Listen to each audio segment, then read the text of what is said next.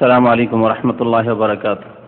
إن الحمد لله نحمده ونستعينه وخلق منها زوجها وبث منهما رجالا كثيرا ونساء واتقوا الله الذي تساءلون به والأرحام إن الله كان عليكم رقيبا. يا أيها الذين آمنوا اتقوا الله وقولوا قولا سديدا يصلح لكم أعمالكم ويغفر لكم ذنوبكم ومن يطع الله ورسوله فقد فاز فوزا عظيما. أما بعد فإن خير الحديث كتاب الله وخير الهدي هدي محمد صلى الله عليه وسلم وشر الأمور محدثاتها وكل محدثة بدعة وكل بدعة ضلالة وكل ضلالة في النار. أعوذ بالله من الشيطان الرجيم. بسم الله الرحمن الرحيم. والسابقون الأولون من المهاجرين والأنصار والذين اتبعوهم بإحسان رضي الله عنهم ورضوا عنه. মহান আল্লাহর সমস্ত প্রশংসা যে আল্লাহ রাব্বুল আলামিন আমাদেরকে মুসলিম হওয়ার তৌফিক দান করেছেন। সে আল্লাহরই সমস্ত প্রশংসা যিনি অসংখ্য মানুষের মধ্য থেকে বেছে নিয়ে আমাদেরকে তাঁর প্রতি ঈমান নিয়ে আসার তৌফিক দান করেছেন, তাঁর রাসূলের প্রতি ঈমান নিয়ে আসার তৌফিক দান করেছেন, শেষ নবী মুহাম্মদুর রাসূলুল্লাহ সাল্লাল্লাহু আলাইহি সাল্লামের উম্মতের অন্তর্ভুক্ত হওয়ার তৌফিক দান করেছেন। দরুদ ও সালাম নাযিল হোক আমাদের প্রিয় নবী শেষ নবী রাসূলুল্লাহ সাল্লাল্লাহু আলাইহি সাল্লামের প্রতি, যিনি আমাদেরকে এমন একটি স্পষ্ট পথের উপর রেখে গেছেন যে পথ থেকে হতভাগা, যার পরিণাম খারাপ, সেই ব্যক্তি পথভ্রষ্ট হতে পারে। আল্লাহ পাক রব্বুল আলামিন বান্দার উপর হুজ্জত কায়েম করে দিয়েছেন, বান্দার জন্য রাস্তাকে সুস্পষ্ট করে দিয়েছেন। আজকে রজব মাসের 10 তারিখ 1428 হিজরি। আলোচনা আপনাদের সামনে আজকে সংক্ষেপে করব, কিন্তু বিষয়বস্তু খুব বড়, আর তা হচ্ছে আহলে সুন্নাত ওয়াল জামাতের আকীদা। কিন্তু সময় সাথ দেবে না হয়তো, যার ফলে কিছু আলোচনা করব, বাকি আলোচনা ইনশাআল্লাহ তাআলা আবার কোনো সময় আগামীতে হবে। আহলে সুন্নাত ওয়াল জামাতের আকীদা, এই কথাটি প্রথম আমাদেরকে বুঝতে হবে। আহলুস সুন্নাহ ওয়াল জামাআহ আর তাদের আকীদা। আহলুস সুন্নাহ কাকে বলে, ওয়াল জামাআহ কাকে বলে, যতক্ষণ পর্যন্ত এই কথাগুলি না জানবো ততক্ষণ পর্যন্ত তাদের আকীদা কি, তারা কারা, তাদের বিশ্বাস কি, তারা কোন পথের ওপর, এবং তারা সবাই দাবি করে যে আমরা আহলুস সুন্নাহ, কিন্তু আহলুস সুন্নাহ আসলে কারা তা জানা সম্ভব হবে না।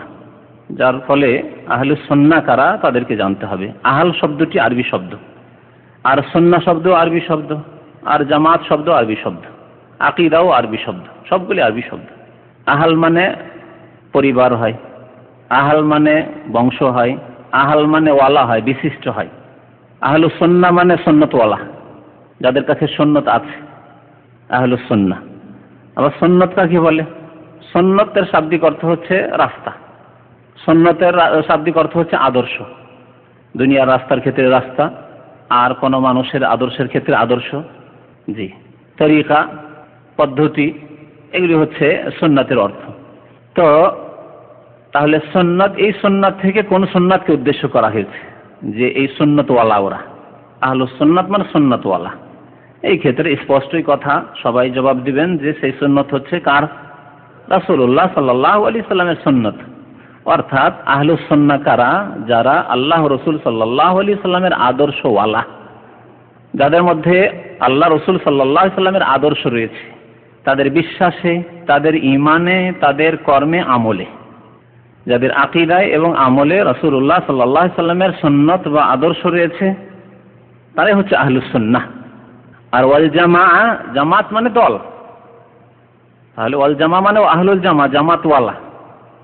এই জামাত থেকে কোন জামাতকে উদ্দেশ্য করা হয়েছে? এই জামাত থেকে প্রথম জামাত ইসলামের, যেই জামাত নবী করিম সাল্লাল্লাহু আলাইহি সাল্লাম স্বয়ং নিজ হাতে গড়ে তুলেছিলেন, তৈরি করেছিলেন। অন্য মানুষের তৈরি করা নাই, বা নিজে নিজে সে জামাত তৈরি হয়ে গেছে তাও নাই। নিজে নিজেই যদি কোনো জামাত দল তৈরি হয়, তাতে বিভ্রান্তির সম্ভাবনা বেশি আছে। কোনো একটি দল বা কিছু লোক যদি একটি জামাত তৈরি করে, দল তৈরি করে, তাতে গুমরাহি, বিভ্রান্তি, ভুল ভ্রান্তি হওয়ার সম্ভাবনা আছে। কিন্তু যে জামাত স্বয়ং প্রিয় নবী মুহাম্মদুর রাসূলুল্লাহ সাল্লাল্লাহু আলাইহি সাল্লাম তৈরি করেছেন, নিজ হাতে গড়ে তুলেছেন, তাদের তরবিয়ত করেছেন, তাদেরকে প্রশিক্ষণ দিয়েছেন, যারা নবী করিম সাল্লাল্লাহু আলাইহি ওয়াসাল্লামের সুহবত আর সংসর্গ পেয়ে ধন্য হয়েছেন, সেই জামাত। অর্থাৎ কোন জামাত? সাহাবায়ে কেরামের জামাত। তাহলে জামাতওয়ালা অর্থাৎ সাহাবায়ে কেরামের জামাতওয়ালা। তাহলে আহলুস সুন্নাহ ওয়াল জামাত শব্দটি যখন বলবো তো প্রথম সারিতে কারা আসবেন? সাহাবায়ে কেরাম রিজওয়ানুল্লাহি তাআলা আলাইহিম আজমাইন। এরাই হচ্ছে প্রথম সারির মুসলিম। তাদের ইসলামে যদি কোনো রকমের ত্রুটি থাকে তাহলে পরে আর ইসলাম নেই বলতে হবে, সোজা কথা। তাদের ইসলাম হচ্ছে খাঁটি ইসলাম। এই ঈমান আমাদের ওই রকমই ঈমান বিশ্বাস আছে যেমন দিনে আমরা সূর্য দেখে বিশ্বাস করি যে দিন, কেউ যদি আপনাকে যে কোনো ভাবে বোঝাক না কেন, দিনকে আপনি রাত করতে পারবেন না, চোখের সামনে দেখছেন, আপনার দৃষ্টিশক্তি রয়েছে।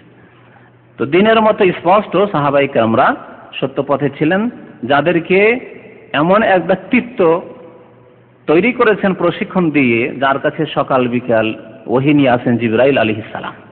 আহলুস সুন্নাত ওয়াল জামাতের প্রথম সারির মানুষ সাহাবায়ে কেরামের দল, আর দ্বিতীয় সারির মানুষ তাবেঈন, তৃতীয় সারির মানুষ তাবা তাবেঈন, যাদের সম্পর্কে প্রিয় নবী মুহাম্মদুর রাসূলুল্লাহ সাল্লাল্লাহু আলাইহি ওয়াসাল্লাম বলেছেন খায়রুল কুরুনি কারনি সুম্মাল্লাযীনা ইয়ালুনাহুম সুম্মাল্লাযীনা ইয়ালুনাহুম, সর্বোত্তম যুগের মানুষ আমার যুগের মানুষরা, কারনি আমার যুগের মানুষরা সর্বোত্তম মানুষ অর্থাৎ সাহাবায়ে কেরাম।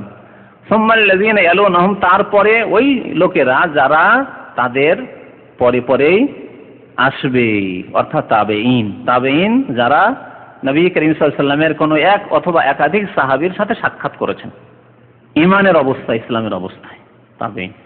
সুম্মাল্লাযীনা ইয়ালুনাহুম, তারপরে ওই সব লোকেরা যারা তাদের পরে আসবে অর্থাৎ কোন এক তাবেঈর সাথে বা একাধিক তাবেঈর সাথে তাদের সাক্ষাৎ ঘটেছে, তাবা তাবেঈন।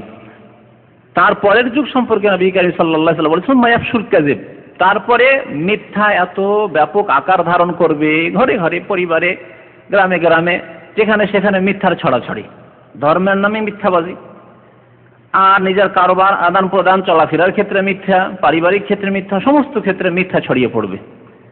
ধর্মের নামে কত মিথ্যার ছড়াছড়ি, সবাই বলছে যে আমরা হক ইসলামের উপর আছি, সত্য ইসলামের উপর আছি, ধর্মের নামে মিথ্যাবাজি।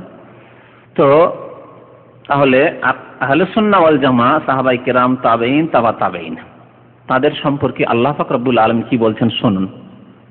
সূরা তাওবায় আল্লাহ পাক ইরশাদ করেছেন ওয়াস-সাবিকুনাল আউওয়ালুনা মিনাল মুহাজিরিন ওয়াল আনসার, যারা প্রথম দিকে ইসলাম গ্রহণ করেছেন তারা মুহাজিরিন অথবা আনসার, যারা প্রথম দিকে ইসলাম গ্রহণ করেছেন, ওয়াস-সাবিকুনাল আউওয়ালুন মিনাল মুহাজিরিন ওয়াল আনসার ওয়াল্লাযীনা ইত্তাবাউহুম বিইহসান। তাহলে এই বলে মিনাল মুহাজিরিন আনসার বলে সমস্ত সাহাবায়ে কেরামকে শামিল করা হয়েছে। তারপরে বলা হয়েছে ওয়াল্লাযীনা ইত্তাবাউহুম বিইহসান, এবং যারা তাদের অনুসরণ করেছেন, ইত্তাবাউহুম তাদের অনুসরণ করেছেন অর্থাৎ সাহাবায়ে কেরামদের অনুসরণ করেছেন, বিইহসান মানে নিষ্ঠার সাথে, ইখলাসের সাথে, নিষ্ঠার সাথে যারা তাদের অনুসরণ করেছেন বা তাদের পরে এসেছেন কিন্তু তারা নিষ্ঠাবান ছিলেন, মুখলিস ছিলেন, তাদের ঈমানে একনিষ্ঠতা ছিল, ইখলাস খুলুসিয়াত ছিল, আন্তরিকতা ছিল, একটি শর্ত লাগানো হয়েছে। তাহলে সাহাবায়ে কেরামদের সাথে যে সব লোকদের সাথে সাক্ষাৎ হয়েছে তাদের সম্পর্কে একটি শর্ত লাগানো হয়েছে। আল্লাহ পাক রব্বুল সাহাবায়ে কেরামদেরকে সার্টিফিকেট দিয়েছেন যে আল্লাহ রাসূল সাল্লাল্লাহু আলাইহি ওয়াসাল্লামের সাথে যেই সাহাবীর ঈমানের আলাতে ঈমান ইসলামের অবস্থায় সাক্ষাৎ হয়েছে সাহাবী, তাদের সম্পর্কে ইহসানের আল্লাহ শর্ত লাগাননি, কিন্তু সাহাবায়ে কেরামের কোন এক সাহাবী বা একাধিক সাহাবীর সাথে যাদের সাক্ষাৎ হয়েছে তাদের সম্পর্কে একটি কিন্তু আল্লাহ শর্ত লাগিয়ে দিয়েছেন। তাদের সম্পর্কে যদি একটি শর্ত থাকে তাহলে পরবর্তীকালে যারা এসেছেন তাবা তাবেঈন বা তারপরে তারপরে তারপরে আজ পর্যন্ত, আজকালকার যুগের মুসলিম, কিয়ামত পর্যন্ত যত মুসলিম আসবে তাদের ক্ষেত্রে এই শর্তটি সবসময় মনে রাখতে হবে, ইহসান, যারা নিষ্ঠার সাথে, ইখলাসের সাথে, আন্তরিকতার সাথে তার সাথে অনুসরণ করেছে সাহাবায়ে কেরামদের দল, জামাতকে, আহলুস সুন্নাহ ওয়াল জামাত, জামাতকে অনুসরণ করেছে, ইত্তাবাউহুম তাদের অনুসরণ করেছে, বিইহসান নিষ্ঠার সাথে। তাহলে আমরা বলতে পারি যদি তাবেঈনদের যুগে 2-4 জন অল্প সংখ্যক মুসলমান কিন্তু তাদের দ্বারা বড় বড় পাপ হয়েছে, জুলম অত্যাচার হয়েছে, প্রশাসনের ক্ষেত্রে বিভিন্ন ক্ষেত্রে এই জুলম অত্যাচার হয়েছে, বা তাদের ব্যক্তিগত জীবনে কিছু পাপ ছিল, জুলম অত্যাচার ছিল, যদি বেশি সীমা লঙ্ঘন হয়ে থাকে তাদেরকে এর মধ্যে শামিল করা হবে না, কারণ আল্লাহ শর্ত লাগিয়েছেন বিইহসান, যারা ইখলাসের সাথে, নিষ্ঠার সাথে, আন্তরিকতার সাথে সাহাবায়ে কেরামদের অনুসরণ করেছে। সাহাবায়ে কেরামদের যদি অনুসরণ করে থাকে তাহলে তাদের দ্বারা এরকম জুলম অত্যাচার হতে পারে না, কাউকে খুন করতে পারে না। তাহলে ওই সব লোকগুলি যাদের দ্বারা এইরকম অন্যায় কাজ হয়েছে তারা এখান থেকে বেরিয়ে যাচ্ছে, কেটে যাচ্ছে। সেই যুগে যদি কেটে যায়, তাবেঈনদের যুগে, তাবেঈনদের যুগে যদি এইরকম লোকেরা কেটে যায়, অথবা তাবেঈনদের যুগে সামান্য কিছু বিদআত শুরু হয়েছিল, তারা ইহসানের অন্তর্ভুক্ত হলো না, নিষ্ঠার সাথে সাহাবায়ে কেরামদের অনুসরণ করলো না, যেই পথের ওপর সাহাবায়ে কেরাম নবী করিম সাল্লাল্লাহু আলাইহি ওয়াসাল্লামকে হুবহু ফলো করেছে সেইভাবে তারা ফলো করলো না, অনুসরণ করলো না। তাহলে এখানে কেটে পড়লো যেসব লোকদের মধ্যে বিদআত এসেছে, অথচ তারা তাবেঈনদের জামানার লোক, তাবেঈনদের জামানার লোক, আইম্মায়ে কেরামদের জামানার লোক, প্রথম যুগের লোক, কিন্তু তাদের মধ্যে বিদআত ছিল কিছু, তারা এখান থেকে কেটে পড়বে। তারা এই ফজিলত পাবে না যে ফজিলতের কথা আল্লাহ বলছেন। কি বলছেন? রাদিয়াল্লাহু আনহুম ওয়া রাদু আনহু। আল্লাহ তাদের উপর রাজি হয়ে গেছেন, আল্লাহ তাদের উপর সন্তুষ্ট হয়ে গেছেন। ওয়া রাদু আনহু, এবং তারাও আল্লাহ পাক রব্বুল আলামিনের নিয়ামত অনুগ্রহ পেয়ে সন্তুষ্ট হয়ে যাবে, সন্তুষ্ট হয়ে গেছে। তার বারজাখী জীবনে সন্তুষ্ট হয়ে গেছেন তারা, এবং জান্নাতে যাওয়ার পরে তারা আল্লাহর এত নিয়ামত পাবেন, তারা সন্তুষ্ট হয়ে যাবেন। ওয়া রাদু আনহু, আল্লাহ পাক রব্বুল আলামিন তাদের জন্য জান্নাত তৈরি করে রেখেছেন, মহাপুরস্কার তৈরি করে রেখেছেন। তাহলে এখানে স্পষ্ট, কিন্তু যারা ইহসানের সাথে, নিষ্ঠার সাথে অনুসরণ করেনি নবী করিম সাল্লাল্লাহু আলাইহি সাল্লামের সুন্নতের এবং সাহাবায়ে কেরামের জামাতের, তারা কিন্তু এই দলে শামিল হবে না। আহলুস সুন্নাত ওয়াল জামাত মানে বুঝতে পারলেন। এখন আকীদা শব্দটি বুঝেন। আকীদার শাব্দিক অর্থ হচ্ছে গ্রন্থি বা গিরা, সোজা ভাষায় গিরা লাগানো। হ্যাঁ, অমিন শাররিন নাফাসাতে ফিল উকাদ। আর ওই সব ফুৎকার দানকারিনী নারীর অনিষ্ট হতে আমি আশ্রয় গ্রহণ করছি আল্লাহ পাক রব্বুল আলামিনের, যারা গ্রন্থিতে ফিল উকাদ, গ্রন্থিতে ফুৎকার দিয়ে, ফুক দিয়ে জাদু করে থাকে। তাহলে উকাদ মানে বা আকদ মানে হচ্ছে গিরা। আমরা বিবাহ শাদীকে আকদে নিকাহ বলি, এটা তো বুঝেন মনে হয়। হ্যাঁ, আকদে নিকাহ বলে, আকদে নিকাহ, কারণ বিবাহ বন্ধন। আমরা বাংলা এটাকে বলি কি? বন্ধন। গিরা হচ্ছে বন্ধন। একটি মেয়ে, একটি যুবতী স্বাধীন ছিল, অবিবাহিতা ছিল, একজন যুবক স্বাধীন ছিল, তার কোনো স্ত্রী ছিল না, কারোর সাথে বন্ধন ছিল না, যে তিনি হ্যাঁ কবুল করলে অমুকের মেয়ে অমুককে কবুল করলে এত টাকা দেন মোহর দিয়ে ইত্যাদি ইত্যাদি, হ্যাঁ কবুল করলাম, বন্ধন হয়ে গেল, বেঁধে দেওয়া হলো। এই যুবক ওই যুবতীর সাথে বেঁধে দেওয়া হলো, এই জন্য এর নাম হচ্ছে আকদে নিকাহ। আকদে নিকাহ। আর একটি ফিকার ভাষায় আকদ হয়, যা সাধারণ মানুষরা ব্যবহার করেন না, কিন্তু ফাকিহরা আলেমরা ব্যবহার করেন, তা কেনা বেচার আকদ, চুক্তি।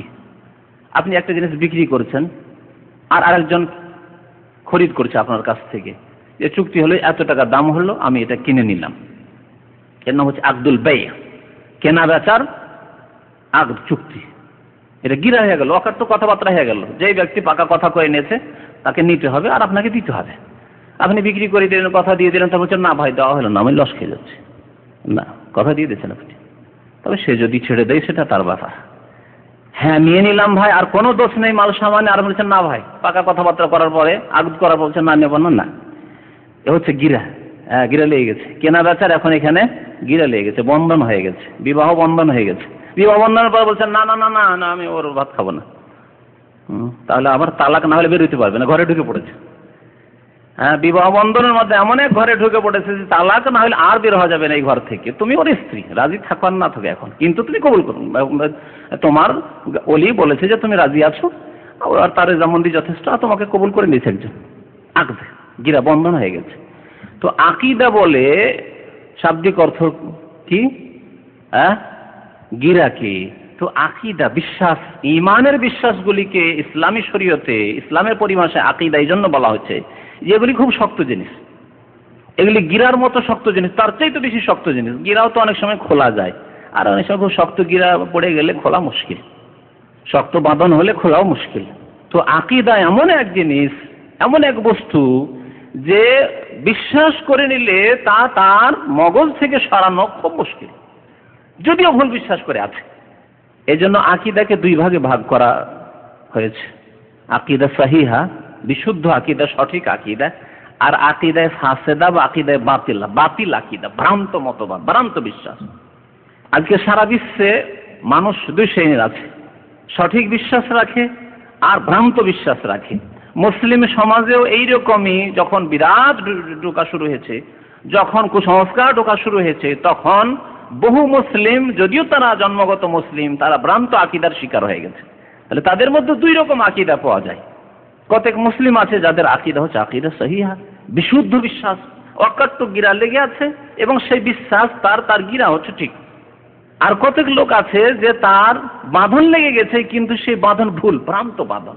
এই আকীদা বিশ্বাস ভ্রান্ত বিশ্বাস, শিরকি বিশ্বাস, কুফরি বিশ্বাস, বিদআতি বিশ্বাস। আর ওই বিশ্বাসের কারণে হয়তো আসলে আল্লাহর কাছে মুসলিমই নয়, সে ইসলাম থেকে বহিষ্কৃত, কিন্তু তার মগজে এমন ভাবে বাঁধন লেগে আছে, সে বাঁধন আপনি ছাড়াতে পারবেন না, আপনি সে বাঁধন খুলতে পারবেন না। আপনি যতই তাকে কোরআনের কথা বলেন, যতই হাদিসের কথা বলেন, বিভিন্ন অজুহাত করবে, বলছে এত বড় বড় আলেমরা জানতেন না, আমাদের এত বড় হুজুর আছেন তারা বুঝেন না, এত বড় বড় পীর সাহেবরা আছে তারা বুঝেন, সব ভুল পথে, আর আপনি ঠিক বলছেন। এইগুলি অজুহাত, কারণ তার গিরা লেগে আছে, বাতিল গিরা লেগে আছে, আকীদা বাতিলা, বাতিল বাঁধন। তাহলে আকীদা দুই প্রকার। আহলে সুন্নাত ওয়াল জামাতের আকীদা হচ্ছে বিশুদ্ধ আকীদা, আকীদা সহিহা, বিশুদ্ধ আকীদা। সহি আকীদা আল্লাহ সম্পর্কে, সহি আকীদা আল্লাহর রাসূল সম্পর্কে, সহি আকীদা আল্লাহর কিতাব সম্পর্কে, সহি আকীদা পরকাল সম্পর্কে, সহি আকীদা ফেরেশতা সম্পর্কে, সহি আকীদা তাকদীর সম্পর্কে, সহি আকীদা যতগুলি বিশ্বাসের বস্তু রয়েছে, ঈমানিয়াতের বস্তু রয়েছে, সমস্ত বস্তু সম্পর্কে তাদের আকীদা হচ্ছে সহি বিশুদ্ধ আকীদা। আল্লাহর একত্ব সম্পর্কে, তাওহীদ সম্পর্কে, আল্লাহর ইবাদত বন্দেগীর ক্ষেত্রে, আল্লাহর প্রভুত্ব রুবুবিয়াতের ক্ষেত্রে, আল্লাহ রাব্বুল আলামিনের নাম গুণাবলীর ক্ষেত্রে, সমস্ত ক্ষেত্রে আহলে সুন্নাত ওয়াল জামাতের আকীদা হচ্ছে বিশুদ্ধ আকীদা, খাঁটি আকীদা, সহি আকীদা। পক্ষান্তরে যাদের এই খাঁটি আকীদা নেই তারাই হচ্ছে বাতিল আকীদার অনুসারী এবং তারা আহলে সুন্নাত ওয়াল জামাত নয়। তারা আহলে সুন্নাত ওয়াল জামাত নয়, যদিও তারা এই নামটি নিজের জন্য বেছে নিয়ে থাকে। আহলে সুন্নাত ওয়াল জামাত তাহলে কারা? এ সম্পর্কে দু চারটি আইম্মায়ে কেরামদের উক্তি বর্ণনা করি। শুনেন ইমাম আহমদ রাহমাতুল্লাহ আলাইহি কি বলেছেন। একটি হাদিস আছে, অনেকবারই হয়তো শুনেছেন, যে নবী করিম সাল্লাল্লাহু আলাইহি সাল্লাম বলেছেন, লা তাযালু তায়ফাতুম মিন উম্মতি যাহিরিনা আলাল হক, অন্য রিওয়ায়াতে আছে মানসুরিনা ইলা ইয়াউমিল কিয়ামা লা ইয়াদুররুহুম মান খাযালাহুম হাত্তা তাকুমাস সাহ। আমার উম্মতের একটি দল সর্বদা সত্যের উপর জয়ী থাকবে। লা তাযালু তায়ফাতুম মিন উম্মতি, আমার উম্মতের একটি দল সর্বদা সত্যের উপর, আল হক, সত্যের উপর, হকের উপর কি থাকবে? জয়ী থাকবে। লা ইয়াদুররুহুম মান খাযালাহুম, তাদেরকে যারা অপদস্থ করতে চাইবে, তাদেরকে যারা লাঞ্ছিত করতে চাইবে, তারা কোনো কিছুই তাদের করতে পারবে না, ক্ষতি করতে পারবে না। হাত্তা তাকুমাস সাহ, কিয়ামত পর্যন্ত ক্ষতি করতে পারবে না। মানে এই নয় যে তাদেরকে হতাহত করতে পারবে না, তাদের ঘর বাড়ি নষ্ট করতে পারবে না, তাদেরকে মারতে পারবে না, হ্যাঁ, এগুলি অর্থ নাই। এর মানে তাদেরকে বিভ্রান্ত করতে পারবে ইসলাম থেকে, তাদের সহি আকীদা থেকে, তাদের কোরআন সুন্নাহর রাস্তা থেকে তাদেরকে অপসৃত করতে পারবে না, এই অর্থ। যদি বলেন যে না, তাদের ক্ষতি করতে পারবে না, তাদেরকে মারতে পারবে না, তাদেরকে শহীদ করতে পারবে না, তাদের বাড়িঘর জ্বালিয়ে দিতে পারবে না, এসব বাস্তবের খেলাফ, মিথ্যা কথা। এইরকম জুলম অত্যাচার যুগে যুগে সত্যপন্থীদের উপর হতে পারে। নবী করিম সাল্লাল্লাহু আলাইহি সাল্লামকে নির্বাসিত হইতে হয়েছে মাতৃভূমি ছেড়ে, তাহলে এই সুন্নাত আমাদের সামনে মওজুদ আছে। নবী করিম সাল্লাল্লাহু আলাইহি সাল্লামকে তায়েফে আহত হইতে হয়েছে, নবী করিম সাল্লাল্লাহু আলাইহি সাল্লামকে উহুদে দাঁত শহীদ করতে হয়েছে, আহত হইতে হয়েছে, হাজার হাজার সাহাবায়ে কেরামদেরকে শাহাদাত বরণ করতে হয়েছে, হামজা রাদিয়াল্লাহু তাআলা সাইয়্যিদুশ শুহাদা শহীদ হইতে হয়েছে। তাহলে এর মানে এই নয় যে লা ইয়াদুর রহমান খাযালু, যারা তাদের অবদস্থ করতে চাইবে তাদের ক্ষতি করতে পারবে না, মানে কোন দুনিয়াবি ক্ষতি করতে পারবে না, ক্ষতি করতে পারবে না। তাদের সবচেয়ে বড় সম্পদ হচ্ছে ঈমান, ঈমান কেড়ে নিতে পারবে না। তাওহীদ, তাদের একত্ব কেড়ে নিতে পারবে না। তাওহীদবাদীদেরকে মুশরিক, কবর পূজারী বানিয়ে দিতে পারবে না। সুন্নাতের অনুসারীদেরকে বিদআতি বানিয়ে দিতে পারবে না। নামাজীদেরকে বেনামাজি বানিয়ে দিতে পারবে না। আল্লাহর দিনের উপর অটল রয়েছে, তাদের এখান থেকে সরাতে পারবে না। পর্দা নাশিনদেরকে বেপরদা করতে পারবে না, রাস্তায় নিয়ে আসতে পারবে না, তাদের মান ইজ্জতের ছিনেমিনি খেলা করতে পারবে না। আজকে লেগে আছে সারা পৃথিবীর শয়তানেরা, হ্যাঁ, নারীদেরকে, মুসলিম নারীদেরকে রাস্তায় নামানোর জন্য। কিন্তু এই উম্মতের একদল মহিলারা, নারীরা দিনের উপরে এতটাও থাকবে যে যতই ফিতনার যুগ হোক না কেন সেখানেও পর্দা করবে। করে নাকি ইউরোপ আমেরিকায় পর্দা? হ্যাঁ, কাছের দেশগুলিতে পর্দা করা মুসলিম রমণী কি নেই? অবশ্যই আছে। এদের সম্পর্কে বলেছেন নবী করিম সাল্লাল্লাহু আলাইহি ওয়াসাল্লাম। এই দলটি সম্পর্কে বহু মন্তব্য রয়েছে আইম্মায়ে কেরামদের, বহু উক্তি রয়েছে। আর একটি হাদিসে রয়েছে যে ইহুদিরা 71 ফিরকা হয়েছে, 71টি দলে বিভক্ত হয়েছে, আর খ্রিস্টানরা 72টি দলে বিভক্ত হয়েছে, আর আমার উম্মতের লোকেরা 73 দলে বিভক্ত হবে, কুল্লুহুম ফিন্নার। আর এই সমস্ত দলগুলি কোথায় যাবে? জাহান্নাম ফিন্নার, জাহান্নামে যাবে, ইল্লা ওয়াহিদা, একটি দল ছাড়া। এই একটি দলের নাম বলেছেন নবী করিম সাল্লাল্লাহু আলাইহি ওয়াসাল্লাম, বলেছেন? নাম বলেননি, কারণ নাম বলে সবাই ওই নামটি প্রথমেই নিত। এই নামটি প্রথম আটরসিরাও নিত, ভান্ডারীরাও নিত, হ্যাঁ, আর যতগুলি আছে চিস্তিরাও নিত, আর ওই কাদেরিরাও নিত, মুজাদ্দিদিরাও নিত, আর ওই তবলিগ ভাইরাও নিত, তো জামাতি ভাইরাও নিত, আর দুনিয়ার যতগুলি আছে সবাই নিত। হ্যাঁ, এমনকি আওয়ামী লীগ বিএনপিও নিত না? মুসলমান তো তারা নিত না? আমরাও তো নামাজ রোজা করি, আমরাও তো দেশের কল্যাণে খেদমত করতে চাই, সেবা করতে চাই, সবাই নিত এই নামটি। নবী করিম সাল্লাল্লাহু আলাইহি ওয়াসাল্লাম বলেছেন, এই নাম দেননি। কি দিয়েছেন? পরিচয় দিয়েছেন, লক্ষণ বাতলি দিয়েছেন। জিজ্ঞাসা করা হলো নবী করিম সাল্লাল্লাহু আলাইহি ওয়াসাল্লামকে, মান হুম ইয়া রাসূলুল্লাহ, তারা কারা? বললেন নবী করিম সাল্লাল্লাহু আলাইহি ওয়াসাল্লাম, হে মা আনা আলাইহিল ইয়াওম ওয়া আসহাবি, আজকের যুগে আমার জীবদ্দশায় যেই আদর্শের উপর আমি অটল আছি, কায়েম আছি, এর উপর যারা কিয়ামত পর্যন্ত কায়েম থাকবে, আর আমার সাহাবায়ে কেরাম যে আদর্শের উপর কায়েম থাকবে, তাদের আদর্শের উপর যারা কায়েম থাকবে কিয়ামত পর্যন্ত তারা। তাহলে এখানে কি বলা হয়েছে? মা আনা আলাইহি, আমি যেই পথের উপর আছি। তাহলে সুন্নাহ হয়ে গেল। আহলুস সুন্নাত ওয়াল জামাতের আকীদা এই দুটি শব্দের কথা আবার ফিরিয়ে নিয়ে আসেন, ঠিক না? মা আনা আলাইহিল ইয়াওম, আজকে আমি যেই পথের উপর আছি, এর মানে সুন্নাত। আর ওয়া আসহাবি, আমার সাহাবায়ে কেরাম যেই পথের উপর আছেন, জামাত হয়ে গেল। তাহলে হলো না? হ্যাঁ, এখান থেকে ওলামারা নিয়েছেন নামটি আহলে সুন্নাত ওয়াল জামাত, এই নামটি নিয়েছেন, কিন্তু নবী করিম সাল্লাল্লাহু আলাইহি ওয়াসাল্লাম আহলুস সুন্নাত ওয়াল জামাত নামটি বলেননি, নাহলে সবাই এই নামটিকে কুড়িয়ে নিয়ে যেত। না, আমরা এই নামের অধিকারী, আমার পথের উপর যারা আছে, আর আমার সাহাবায়ে কেরামের পথের উপর যারা আছে, আল্লাহ রাসূল সাল্লাল্লাহু আলাইহি ওয়াসাল্লামের তাহলে জীবনী আপনাকে পড়তে হবে, যে নবী করিম সাল্লাল্লাহু আলাইহি ওয়াসাল্লামের যুগে বড় পীরের নাম কি ছিল, আর তার কত হাজার মুরিদ ছিলেন, আর নবী সাল্লাল্লাহু আলাইহি ওয়াসাল্লামের জামানায় কতটি তরিকত ছিল, আর সেই সব তরিকাগুলির জিকির আজকার ওজিফা কি ছিল, ঠিক না? জানতে হয়। তাহলে তারপরে সাহাবায়ে কেরামদের যুগে 110 হিজরি পর্যন্ত, নবী সাল্লাল্লাহু আলাইহি ওয়াসাল্লামের ইন্তেকাল তো হয়ে গেল 10 হিজরিতে, 110 হিজরি পর্যন্ত সাহাবায়ে কেরামদের যুগ। শেষ সাহাবীর ইন্তেকাল হয়েছে মক্কাতুল মুকাররমে 110 হিজরিতে। 110 হিজরি পর্যন্ত কোন কোন তরিকাগুলি ছিল? এই 88 তরিকা ছিল, হ্যাঁ, চিশতি তরিকা ছিল, কাদেরি তরিকা ছিল, মুজাদ্দিদি তরিকা ছিল, এসব ছিল, এসব চিল্লা লাগানো ছিল, সবগুলি প্রশ্ন। এখন আপনি প্রশ্ন করেন, উত্তর নেন আপনার বিবেকের কাছে, নয় পড়াশোনা করে ইসলাম সম্পর্কে পড়াশোনা করেন, উত্তর নেন। সঠিক কোরআন এবং হাদিস পড়াশোনা করে উত্তর নেন আপনি। নবী সাল্লাল্লাহু আলাইহি ওয়াসাল্লামের রাস্তার উপর এবং তার সাহাবায়ে কেরামদের রাস্তার উপর যারা কায়েম থাকবে, তারাই হচ্ছে কি না, হাদিস কি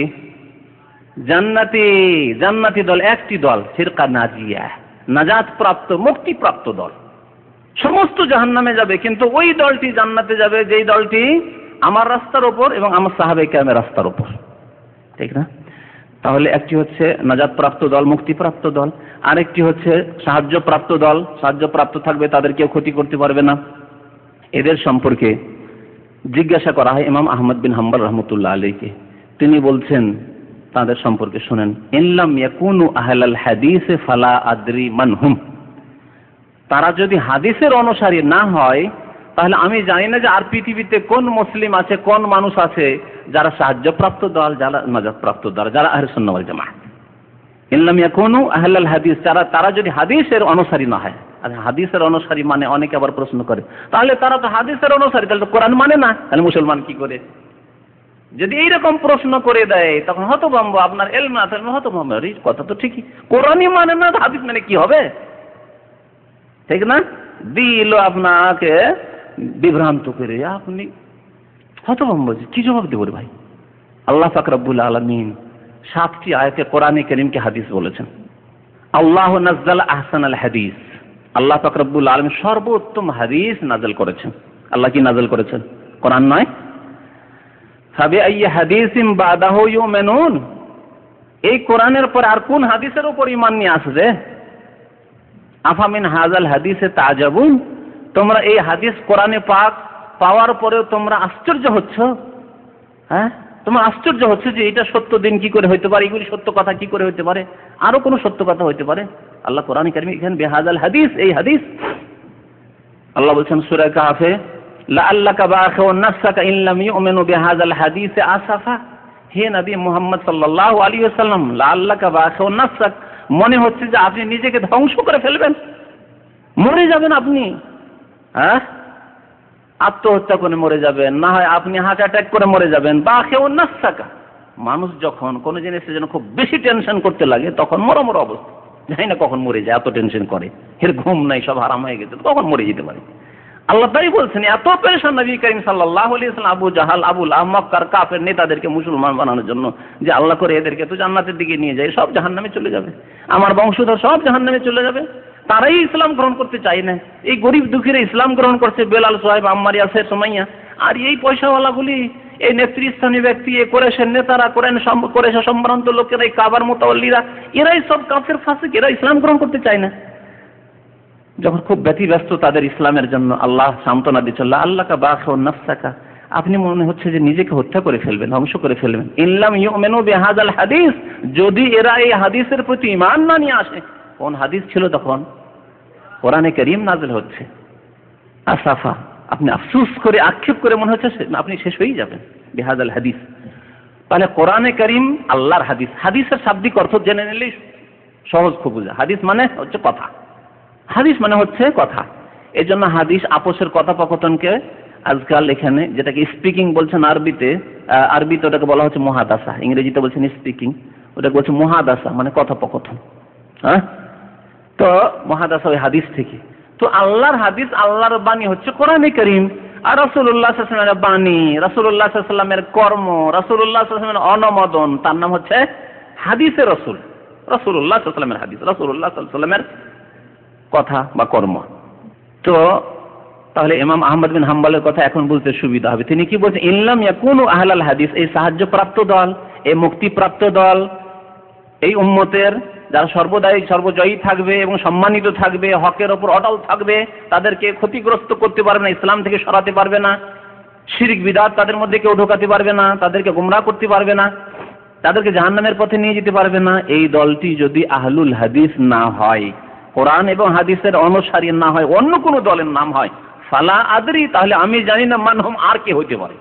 অর্থাৎ পৃথিবীতে আর কোনো দল মুক্তিপ্রাপ্ত হতে পারে না, সাহায্য প্রাপ্ত হতে পারে না, জান্নাতি হতে পারে না, কোরআন এবং হাদিসের অনুসারী, সরাসরি কোরআন এবং সুন্নাহর অনুসরণ করে, ওই দল ছাড়া। ইমাম বুখারী রাহমাতুল্লাহ আলাইহির উস্তাদের নাম ছিল আলী ইবনুল মাদিনী, এবং ইমাম বুখারী দুইজনেই মন্তব্য করেছেন এই দল অনুসারী হইতে হবে বিশ্বাসের দিক দিয়ে এবং আমলের দিক দিয়ে। আমার এই কথা বলার উদ্দেশ্য এটা অবশ্যই নয় যে কোনো একটি দল এসে শুধু এই নামের লেবেল লাগিয়ে নিল আর নামাজ পড়ে না। কোন একটি দল এসে এই নামের লেবেল লাগিয়ে রেখেছে যে আমরা আহলুল হাদিস, কিন্তু দাড়ি মোছ সব কিছু রাখেন না। হ্যাঁ, কোন একটি দল এই নাম রেখে নিল, আর পাকা আজকালকার যেগুলি রাজনৈতিক দল, তার পাকা ক্যাডার, হ্যাঁ, একেবারে বন্ধভক্ত, তাছাড়া আর কিছু বুঝে না, কখনো না। তারা যাদেরকে দেখে চেনা না যায় না যে ভাই এ কোন জাতির লোক, হ্যাঁ, তাদের কথা বলছি না। সবচেয়ে বড় কথা নামাজ। নামাজ নেবার আহলুল হাদিস কোথায়? কোরআনে কতবার নামাজের কথা আছে? হ্যাঁ, এক শ্রেণীর লোকেরা এইরকমই মনে করে যে দু চারটি কাজের নাম হয়তো আহলুল হাদিস। না, কখনো না। আহলুল হাদিস মানে আকীদা, বিশ্বাসে আহলুল হাদিস হইতে হবে, কোরআন এবং হাদিসের অনুসারী হইতে হবে, আর আমলেও কোরআন এবং হাদিসের অনুসারী হইতে হবে। আপনার চাল চলন, ইসলামের বিধি বিধানের বাস্তবায়ন, সমস্ত ক্ষেত্রে আহলুল হাদিস হইতে হবে। আর জন্মগত আহলে হাদিস, হ্যাঁ আমি আহলে হাদিস, আমি আহলে হাদিস, অথচ নামাজি নাই, নামাজ পড়েন, হ্যাঁ জুমাটা পড়ি ভাই, আহলুল হাদিস না আহলুল খাবিস? আহলে খাবিস, এটা আহলে খাবিস, যারা নামাজ পড়ে আহলে খাবিস। যে কোনো দলের লোক হোক না কেন, যে কোনো দলের লোক হোক না কেন। তো কথা হচ্ছে যে আহলুল হাদিস বলার উদ্দেশ্য হচ্ছে আকীদা আমলের আহলুল হাদিস। আমি সেই আহলুল হাদিসের দিকে আহ্বান করি, আর অন্য কোনো দলের লোক আমি নাই। কোরআন এবং সুন্নাহর অনুসরণ করি এবং কোরআন ও সুন্নাহর অনুসারের জন্য মানুষকে উৎসাহিত করি, আর সেই দিকে মানুষকে আহ্বান করি। তো ইমাম বুখারী আর আলী ইবনুল মাদিনী তার ওস্তাদ বলছেন হুম আসহাবুল হাদিস, তারা কোরআন এবং সুন্নাহর অনুসারী। আর শোনাই, আমাদের দেশে বড় পীর কাকে বলে? হ্যাঁ, বড় পীর কে? যাকে বাড়াইতে বাড়াইতে বাড়াইতে গিয়ে বলে গৌসুল আজম। গৌসুল আজম মানে মহান উদ্ধারকারী, মহান উদ্ধারকারী নাকি আব্দুল কাদের জিলানী। যদি আব্দুল কাদের জিলানী মহান উদ্ধারকারী হয়, তাহলে আব্দুল কাদের জিলানীর ইমাম শাফি বা ইমাম আহমদ বা ইমাম আবু হানিফা, তাহলে আর কোন উদ্ধারকারী তাকে বলবেন? যদি জিলানি, আব্দুল কাদের জিলানি ইমাম আবু হানিফার 400 বছর পর এসে গাউসুল আজম মহান উদ্ধারকারী হয়ে যান, তো আবু হানিফা, শাফি, মালিক, আহমদ এই 4 ইমাম এদেরকে, আর ইমাম বুখারী যিনি আমিরুল মুমিনিন, মুহাদ্দিসিনদের আমিরুল মুমিনিন বলা হয়েছে, আমিরুল মুমিনিন বিল হাদিস, তাহলে ইমাম বুখারী, মুসলিম যে সিহাহ সিত্তার ইমামগণ, তাদেরকে কোন গাউসুল আজম বলবেন? আজমের উপরে আর কোন বড় কোন উপাধি আছে? আজম মানে কি? সবচেয়ে বড়। আজম মানে সবার চাইতে বড়। যেমন আমরা বলছি আল্লাহু আকবার, আকবার আর আজম একই জিনিস। আল্লাহ সব চাইতে বড়, সবার চাইতে বড়, সবকিছুর চাইতে বড়। আপনি যা কিছু নেন, আল্লাহর আরশ, কুরসি, আল্লাহর আসমান, জমিন, পৃথিবী, সবকিছু সবার চাইতে বড় আল্লাহ পাক রব্বুল আলামিন। আল্লাহু আকবার।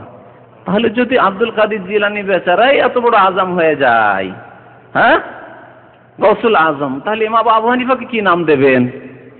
যারা গৌসুল আজম চাইতে বড় নাম খুঁজে পাবেও না আর দেয়নিও ইমাম আবু হানিফা, তারা ইমাম আবু হানিফার সাথে বেয়াদবি করেছে। বলার উদ্দেশ্য হচ্ছে আমাদের দেশের ওই ভান্ডারি আর আতসী, এরা কবর পূজারী যারা গৌসুল আজম বলে থাকে, তাদের বাসে লেখা থাকে গৌসুল আজম মাদাদ, তাদের বাড়িতে লেখা থাকে গৌসুল আজম মাদাদ, তাদের আপনার ক্যালেন্ডারে দেখবেন, ক্যালেন্ডারে গৌসুল আজম মাদাদ লেখা থাকে। আর আমি মসজিদে পর্যন্ত লেখা দেখেছি, আমার চোখ নিজে দেখেছি, বেরেলভি কবর পূজারী আতসী ওয়ালাদের এদের মসজিদে গৌসুল আজম মাদাদ লেখা দেখেছি। তারপরে দুয়াতে ইয়া গৌসুল আজম মাদাদ, মোনাজাতে সালাম ফেরার পর নামাজের মোনাজাতে কানে শুনেছি গৌসুল আজম মাদাদ। আগের যুগে ছাত্র জীবনে ওই কবর পূজারীদের মসজিদে নামাজ পড়ে নিতাম, আকিদাও তো বুঝতামও না, আর ভাবতাম এরাও মুসলমান, শহরে তো আর ওইরকম যেখানে সেখানে মসজিদ পাওয়া যায় না সহি আকিদার, তাদের সাথে নামাজ পড়তাম। এই শেষ নামাজ ছিল কবর পূজারীদের মসজিদে আমার ছাত্র জীবনে। নামাজ পড়ে মোনাজাত তো ধরে বুঝতে পারছেন, ওর তো জানাই আছে তাই না, সালাম ফেরার পর সাথে সাথে মোনাজাত। এই মোনাজাতে আমি কানে যখন শুনে নিলাম ইয়া গৌসুল আজম মাদাদি, এই শুনে নেওয়ার পরে আর সেই মসজিদ আমি ঢুকিনি। আমার বয়স তখন হয়তো 15 থেকে 16 বছর বয়স ছিল, সেই কালকার কথা বলছি। গৌসুল আজম যাকে বলা হয়েছে এই শিরকি কুফরি কথা, অথচ গৌসুল আজম কে হতে পারে? মুহাম্মদ সাল্লাল্লাহু আলাইহি ওয়াসাল্লাম হতে পারেন? মুহাম্মদ সাল্লাল্লাহু মহান উদ্ধারকারী ছিলেন। মহান তো বাদ দেন, শুধু যদি গৌস বলতেন উদ্ধারকারী, তাহলে তিনি হুসাইন রাদিয়াল্লাহু তাআলা আনহুকে কারবালা থেকে উদ্ধার করে নিতেন, হাসানকে বিষ খাওয়া থেকে উদ্ধার করে নিতেন, আলী রাদিয়াল্লাহু তাআলা ফজর নামাজ পড়তে যাচ্ছেন, এই খারেজি এসে আক্রমণ করলো আর একেবারে শহীদ হয়ে গেলেন, তিনি তাকে উদ্ধার করে নিতেন। ওমর রাদিয়াল্লাহু তাআলা ফজর নামাজ ইমামতি করেছেন, শহীদ হয়ে গেলেন, তাকে উদ্ধার করে নিতেন। উসমান রাদিয়াল্লাহু তাআলা কোরআন তেলাওয়াত করছেন, কোরআনের উপরে তার রক্ত পড়ছে, সেই অবস্থায় এই যারা দেশদ্রোহী বা যারা খারেজি, ইসলামের শত্রু, দ্বীনের শত্রু ইহুদিদের ষড়যন্ত্রের শিকার হয়ে উসমান রাদিয়াল্লাহু তাআলা শাহাদাত বরণ করছেন, তখন নবী করিম উদ্ধার করে দিতেন। কমপক্ষে কবর থেকে, কবরের পাশেই তো উসমান রাদিয়াল্লাহু তাআলার বাসা বাড়ি, কবরের পাশে নবী সাল্লাল্লাহু আলাইহি ওয়াসাল্লামের।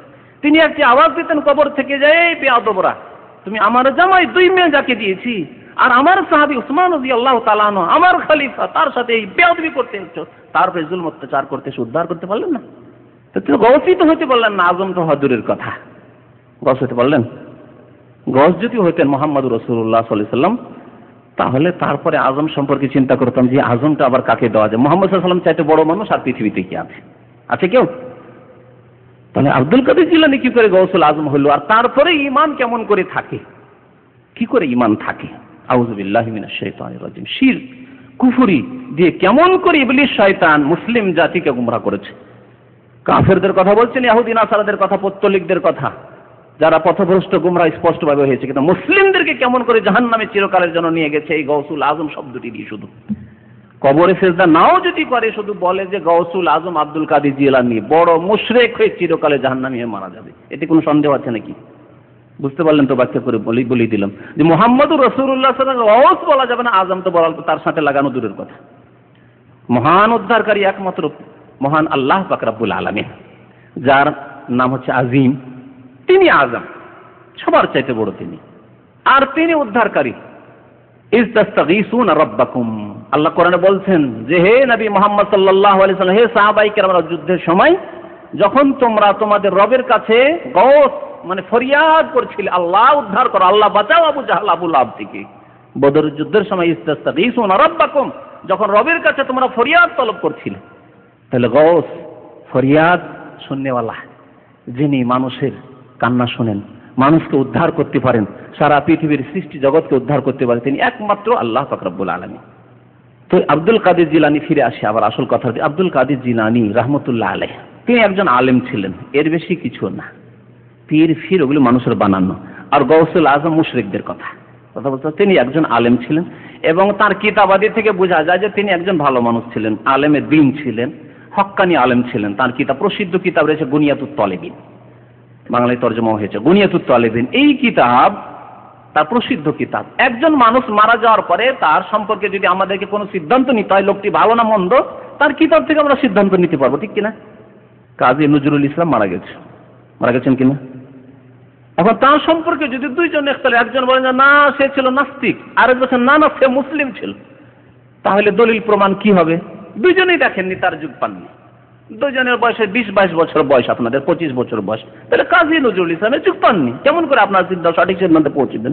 বলবেন যে তার কবিতাগুলি আমরা পড়ে দেখবো, যদি তাতে ইসলামের কথাবার্তা থাকে, শিরক কুফরি না থাকে, নাস্তিকতা না থাকে, তাহলে সে মুসলিম। আর যদি নাস্তিকতা থাকে, কুফরি থাকে, শিরক থাকে, তাহলে জানবো যে না আর কিছু, ঠিক কিনা? কথা যুক্তিযুক্ত নয়? আব্দুল কাদের জিলানী রহমতুল্লাহ আলাইহি এই কবর পূজারীদের মতো বিদাতি ছিলেন না, কোরআন সুন্নাহর ভালো আলেম ছিলেন। এই সম্পর্কে সঠিক সিদ্ধান্তের জন্য তার কিতাব আছে। তার কিতাব না থাকলে আমরা হতভম্ব হয়ে যেত। আল্লাহ ভালো জানো, আল্লাহ হওয়ালা করে দিন। আল্লাহ তুমি ভালো জানো তোমার বান্দা সম্পর্কে, যদি সে তাওহীদবাদী থেকে থাকে আর সুন্নাতের অনুসারী থাকে, তাহলে তার জন্য দোয়া করি আল্লাহ সে জান্নাতবাসী। আর যদি কবর পূজারী বিদাতি হয়ে থাকে, নিজেই পছন্দ করে থাকে যে আমি গৌসুল আজম বাবা তোমরা আমার মুরিদ, তাহলে তার পরিণাম কি হবে তা স্পষ্ট। কিন্তু তার কিতাব প্রমাণ করে, শোনেন তার কিতাবে এই 73টি ফিরকার মধ্যে যেই ফিরকা, যেই দল জান্নাতি হবে, সেই দল সম্পর্কে তিনি বলছেন আম্মাল ফিরকাতুন নাজিয়া, আম্মাল ফিরকাতুন নাজিয়া, যেই ফিরকাটি, যেই দলটি নাজাত প্রাপ্ত, ভালো করে শোনেন, ফালা ইসমা লাহুম ইল্লা ইসমুন ওয়াহিদ, তাদের একমাত্র একটি নাম আছে আমার নিকট। কে বলছেন? মনে আছে তো না? আব্দুল কাদের জিলানী, যাকে লোকেরা বলে বড় পীর আর মুশরিকরা বলে গৌসুল আজম। তো ফালা ইসমা লাহুম ইল্লা ইসমুন ওয়াহিদ, তাদের একমাত্র একটি নাম আছে, ওয়া হুয়া আসহাবুল হাদিস, আর তা হচ্ছে হাদিসের অনুসারী, কোরআন এবং হাদিসের অনুসারী। বুঝতে পারলেন এবারে? তাহলে ইমাম আহমদের যেই কথা, ইমাম আহমদের 500 বছর পরে আব্দুল কাদের জিলানী বলছেন, কিন্তু তারা যেহেতু সবাই কোরআন এবং হাদিসের উৎস থেকে দিন নিচ্ছেন, সেই জন্য কথার মধ্যে দেখেন মিল আছে, গড়মিল নেই। আছে কি গড়মিল? যেই কথা বলছেন ইমাম আহমদ সেই কথা বলছেন ইমাম বুখারী, সেই কথা বলছেন তার ওস্তাদ আলী ইবনে মাদিনী, সেই কথাই বলছেন 500 বছর পরে আব্দুল কাদের জিলানী। আর সেই কথা আজ পর্যন্ত আমিও বলছি, ইনশাআল্লাহ তাআলা কিয়ামত পর্যন্ত কোরআন সুন্নাহর অনুসারী যারা আছেন তারা সবাই এই কথাই বলবেন। কারণ আমাদের সবার উৎস হচ্ছে কোরআন এবং হাদিস, সবাই আমরা ওই সমুদ্র থেকেই নিচ্ছি, ওই সমুদ্র থেকে নিচ্ছি, ঠিক না? অন্য কোনো জায়গা থেকে, কোনো কাচড়া থেকে, ডাস্টবিন থেকে কেউ যদি নিত তাহলে গোলমাল করে দিত। যারা কবর পূজারী, মাজার পূজারী, বিদআতপন্থী, তারা কোরআন সুন্নাহর সমুদ্র থেকে না নিয়ে তারা ডাস্টবিন থেকে নেওয়া শুরু করেছে, অথবা ওই কাচড়া থেকে, ড্রেনের পানি থেকে তাদের ধর্ম নেওয়া শুরু করেছে। তখন শিরক বিদআত ধর্মের নামে ঢুকিয়ে ফেলেছে। বুঝতে পারছেন আশা করি আমার কথা? না বুঝতে পারেন না? উদাহরণ দেওয়ার জন্য বললাম। তো আহলে সুন্নাত ওয়াল জামাত সাহাবায়ে কেরামদের দল, সাহাবায়ে কেরামদের শেষ জামানায় এবং তাবেঈনদের জামানায় যখন দেখা গেল সামান্য এক একটি করে বিদআত দেখা গেল, সামান্য করে বিদআত। প্রথম বিদআত কি দেখা গেল? আলী রাদিয়াল্লাহু তাআলা আনহু সম্পর্কে ভালোবাসায় বাড়াবাড়ি। আর ভালোবাসার নামে, এটি ছিল ইহুদিদের ষড়যন্ত্র। ভালোবাসার নামে সবসময় ভালোবাসা, কিন্তু ভালোবাসা থাকে না। অনেক সময় ভালোবাসার নাম দিয়ে অনেক সময় অনেক অন্য কোনো উদ্দেশ্য থাকে না? আজকাল স্কুল, কলেজ, ইউনিভার্সিটিতে যে যুবতীদের সাথে ভালোবাসা, প্রেমের যে সব দৃশ্য দেখে থাকেন যুবকদের, ওই ভালোবাসায় কি সততা আছে? না, এরা লম্পট। কিন্তু ভালোবাসার নাম দিয়ে, প্রেমের নামে তোমাকে ভালোবাসি, তোমাকে ভালোবাসি, চিঠি লিখছে, মেসেজ পাঠাচ্ছে, আজকাল তো মোবাইলের যুগ, তোমাকে ভালোবাসি, এর মধ্যে দাল মে কালা হ্যায়। জি, এতে কি আছে? তার ইজ্জত নষ্ট করা। ইজ্জত নষ্ট করে দেওয়ার পরে তার শয়তানি যে মনস্কামনা ছিল তা পূরণ হয়ে গেল। তারপরে ওই মেয়ে পাগল, যে তুমি আমার ইজ্জত নষ্ট করেছে, বিয়ে কর। বলছে তোমার মতো কুচরিত্রা মেয়েকে বিয়ে করবো, তোমাকে বিয়ে করবো, তোমাকে বিয়ে করে কি শান্তি পাবো? তুমি যদি আমার সাথে এরকম করতে পারো, তুমি আরো কারোর সাথে করতে পারো। শয়তানরা এইরকমই করে। আজকাল দুর্বল যুবতীরা, তাদের মন দুর্বল, আর অনইসলামিক পরিবেশ, অনইসলামিক আপনার শিক্ষাক্ষেত্র, অনইসলামিক কর্মক্ষেত্র, আর সেখানে এই ফিতনায় লিপ্ত হচ্ছে তারা। তো কথা হচ্ছে যে আলী রাদিয়াল্লাহু তাআলা আনহুর মহব্বতের যারা দাবিদার ছিল তাদের দালমে কালা এরকমই ছিল। ইহুদি আব্দুল্লাহ বিন সাবার ষড়যন্ত্র ছিল যে ইসলামে না ঢুকলে ইসলামের ক্ষতি করা যাবে না। ইসলামে ঢুকে গিয়ে আলী রাদিয়াল্লাহু তাআলা আনহু এত শক্তিশালী না, তার মধ্যে খোদাই উলুহিয়াতের গুণ আছে, আল্লাহর গুণ আছে। দেখ ভালোবাসতে বাসতে আল্লাহর পর্যায়ে পৌঁছে দিল। আজ তো এদের উম্মত কিছু মওজুদ আছে, বাস্তবে শোনায় আপনাকে, যারা কাঠের কাজ করে, বড় বড় কাঠ, ভারী ভারী কাঠ উঠায় না, আর কাঠ ফাড়া কাজ করে যারা ওই ছুতার, তাদের দেখেছেন? আমি কাঠ উঠাতে আমি কানে শুনেছি ইয়া আলী বলে, শুনেছেন? অথচ তারা নিজেদেরকে বলে সুন্নি, হয় হানাফি, না হয় শাফেঈ, না হয় মালিকি, না হয় হাম্বলি, কিছুই হোক না কেন। আমাদের দেশে তো না বেশিরভাগ হানাফি অথবা আহলে হাদিস বা এরকমই কিছু আছে, শাফেঈ খুব কমই আছে, বা মালিকি হাম্বলি তো নেই। তো এরা নিজেদেরকে শিয়া বলে না, কিন্তু শিয়াদের ভারত উপমহাদেশে বেশ কিছুদিন ধরে শিয়াদের রাজত্ব থাকায় শিয়াদের থেকে এই কুফরি কথা শিখে রেখেছে যে আলীর মধ্যে খোদাই কুওয়াত আছে, হ্যাঁ আল্লাহর শক্তি ক্ষমতা আছে। সুতরাং যখন কোনো শক্তির প্রয়োজন হবে বলতে হবে ইয়া আলী, ইয়া আলী, ইয়া হুসাইন যদি বলা যায় তাহলে শক্তি বাড়বে, হ্যাঁ ক্ষমতা বাড়বে। কুফরি কথা। তো এইভাবে আলী রাদিয়াল্লাহু তাআলা আনহুর জীবদ্দশায় আলী রাদিয়াল্লাহু তাআলা আনহু শুনতে পেলেন যে কিছু লোকের আছে যারা আমাকে বলছে আমার মধ্যে নাকি খোদাই গুণ আছে, আমার মধ্যে আল্লাহর বহু গুণ আছে, আল্লাহর মতো অসীম ক্ষমতা আছে, আল্লাহর মতো অসীম এলেম আছে আমার, ইত্যাদি ইত্যাদি। যখন শুনতে পেলেন তখন তিনি আগুন জ্বালিয়ে দিলেন, এক জায়গায় একটি গর্ত করে আগুন জ্বালালেন। তার একজন সঙ্গী ছিল, সহচর তাবেঈ, তার নাম ছিল কাম্বার। কাম্বারকে বলে, কাম্বার এক কাজ করে আগুন জ্বালাও। কি করবেন? এই যে যে লোকগুলি বলছে যে আলী এলাহ, সেগুলিকে একটা করে ধরো, যেহেতু তিনি খলিফা ছিলেন, হ্যাঁ রাষ্ট্রের মালিক ছিলেন, আর এরা কাফের মুশরিক মুরতাদ হয়ে গেছে। বরং মুসলিম পরিবার থেকে যারা বলবে যে আলী খোদা, আলী এলাহ, তারা মুরতাদ, সুতরাং এদের শাস্তি হচ্ছে হত্যা করা। তার একটি মাসলা জানা ছিল না। দেখেন বুঝা, আলী রাদিয়াল্লাহু তাআলা আনহুর যদি কোনো মাসলা না জানা থাকে, তাহলে যদি কেউ আমরা বলি যে ইমাম আবু হানিফার অমুক মাসলায় সহিহ হাদিস জানা ছিল না, কোনো বেয়াদবি আছে কি? ইমাম শাফির অমুক মাসলা জানা ছিল না, বেয়াদবি আছে, তাই তার ভুল হয়েছে। ভুল হতে পারে, তাদের কাছে ওই আসতো নাকি? ইমাম আহমদের অমুক মাসলায় সহিহ হাদিস জানা ছিল না, যদি এ কথা বলা হয়, যার প্রমাণ তার পেশ করা যায়, তাহলে কোনো ভুল আছে? কিন্তু এটা বলবে দক্ষ আলেমরা বলবে, যারা জাস্টিফাই করতে পারবে, যারা ফয়সালা যাচাই বাছাই করতে পারবে, একটা সাধারণ বাচ্চা নয়। আলী রাদিয়াল্লাহু তাআলা আনহুর ওই হাদিস জানা ছিল যে হাদিসে বলেছেন নবী করিম সাল্লাল্লাহু আলাইহি ওয়াসাল্লাম, লা তুআযযিবু বিআযাবিল্লাহ, আল্লাহর আযাব দিয়ে তোমরা কাউকে আযাব দিও না। আল্লাহর আযাব কিসে হবে? আগুনে হবে। তোমরা কাউকে যদি শাস্তি দিতে হয়, মৃত্যুদণ্ড দিতে হয়, আগুনে জ্বালিয়ে পুড়িয়ে তোমরা তাকে শাস্তি দেবে না। বুঝতে পেরেছেন? যদিও সে আগুনে জ্বালিয়ে থাকে, আগুনে জ্বালিয়ে না, তাহলে কি করতে হবে? হত্যা করতে হবে, তরবারি দিয়ে বা অন্য কোনো তরিকায় হত্যা করতে হবে। এই হাদিস তার জানা ছিল না। তিনি আগুন জ্বালাতে বললেন একটি গর্তে, আর তারপর আগুন যখন জ্বালানো হলো তখন সবগুলিকে ধরে ধরে যারা ওইরকম মুরতাদ দেখেছে বলছে আলী খোদা, আলী খোদা, ইয়া আলী, ইয়া আলী, ধরো আর এদেরকে আগুনে ফেলো। আগুনে তাদেরকে জ্বালিয়েছিলেন। ফালাম্মা রাআইতুল আমরান মুনকারা, একটি কবিতায় আছে আলী রাদিয়াল্লাহু তাআলা কবিতায়, ফালাম্মা রাআইতুল আমরান মুনকারা, যখন দেখলাম যে ইসলাম বিরোধী চরম পর্যায়ে পৌঁছে গেছে, আমাকে আল্লাহ বানিয়ে ফেলেছে এই কাফের মুশরিক মুরতাদরা, আজ্জালতু নারান, আমি তখন আগুন জ্বালাবার আদেশ করলাম। দাউতু কাম্বারা, আর কাম্বারকে বললাম যে ধরো এদেরকে, আর ধরে নিয়ে এদেরকে আগুনে নিক্ষেপ করা। তাহলে দেখছেন ভালোবাসাতেও অনেক সময় অসৎ উদ্দেশ্য থাকে। এই অসৎ উদ্দেশ্য ছিল ইসলামকে নষ্ট করা, একটি দলকে কুফরি শিরকে নিয়ে যাওয়া। তো এই একটি বিদাতি দল আলী রাদিয়াল্লাহু তাআলার ভক্ত হওয়ার নামে তারা বিদাতের শিকার হলো। এর সাথে সাথে কি করতে লাগলো? আলীর মহব্বত আর অন্যদের ঘৃণা পোষণ। আবু বকর খারাপ লোক ছিল, ওমর খারাপ লোক ছিল, শুধু খারাপ না, তাগুত ছিল এরা।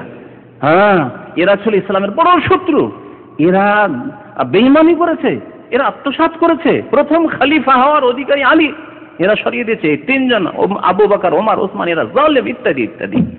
হ্যাঁ, একটি বিদাতি দল বেরোলো, জন্ম নিল প্রথম একটি বিদাতি দল। আর একটি বিদাতি দল বেরোলো, তাদের নাম খারেজি।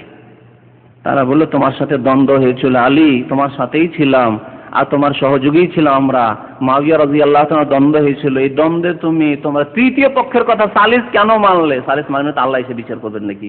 না নবী কবর থেকে এসে বিচার করবেন? সালিস তো লাগবে।